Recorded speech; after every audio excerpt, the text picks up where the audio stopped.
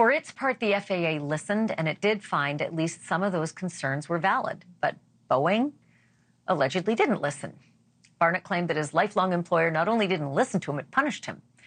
And so he devoted his retirement to an explosive lawsuit that now technically is moot because he's dead.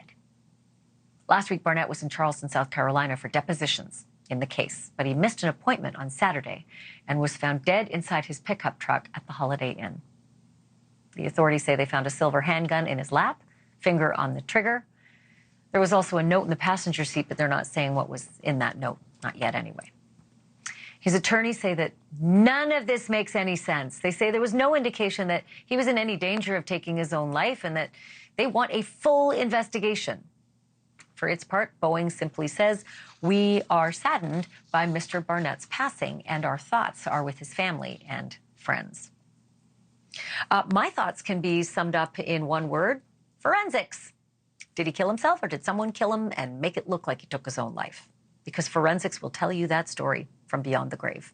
And that's why Joseph Scott Morgan is here. He's a certified death investigator, a forensic analyst, and a distinguished scholar of the stuff at Jacksonville State University. Okay, so Joe, if you shoot yourself in the head, your hand and the gunshot residue and the blood spatter and the trajectory, all that will tell the story, won't it?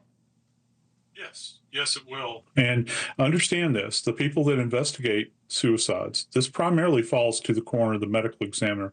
This is not necessarily a crime. So I find it interesting that the coroner has already stated that this is a self-inflicted gunshot. Unless the police can come up with more evidence that this was, in fact, something that was done at another's hand, and that's how we define homicide, death at the hands of another, then they're probably going to go with the conclusions of the coroner. Right now, the police are waiting on that final conclusion. So there's a letter, they said, that was found in the seat beside him, and they're not releasing any details of that, which I also find unusual, because wouldn't you want to quell any of this internet frenzy by saying the letter was very clear? Help me understand, as a death investigator, is it frequent that there's a letter written under duress, a suicide letter written under duress, and can you tell?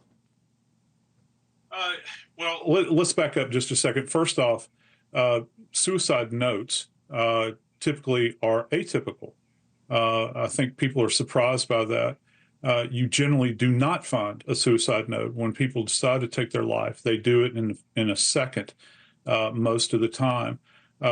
We in the medical legal community investigate probably at a rate of 2 to 3 suicides for every homicide.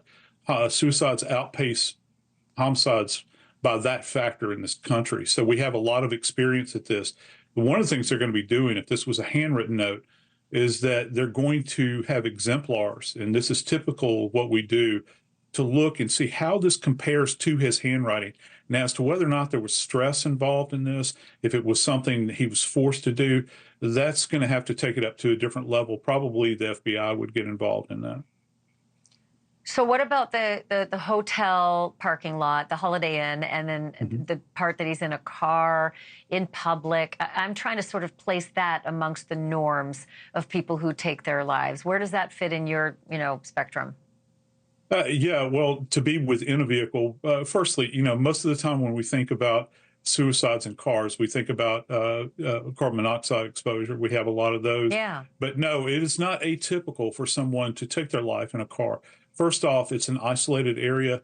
Many times the victim will attempt to take their life in a car because they don't want to mess up the house. They don't want to mess up a location. That goes to almost a thoughtfulness on the part of these individuals. If this was a rental car, he could care less about the interior of the car. So the fact that he did it there is not surprising.